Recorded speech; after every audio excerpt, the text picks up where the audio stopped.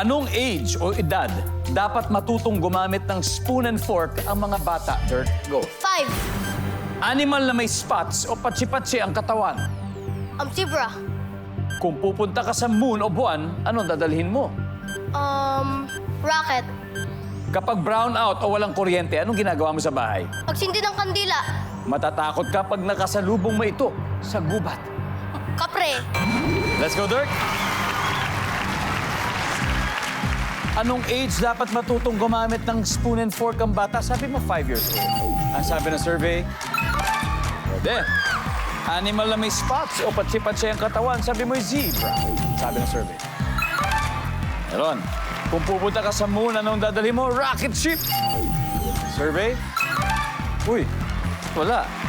Kapag brownout o walang kuryente, anong ginagawa mo sa bahay? Nagsisindi ng kandila. Survey? Next one. Matatakot ka pag nakasalubong mo ito sa gubat. Kapre, nakakatakot talaga yan. Ang sabi ng survey ay, hoy, wala.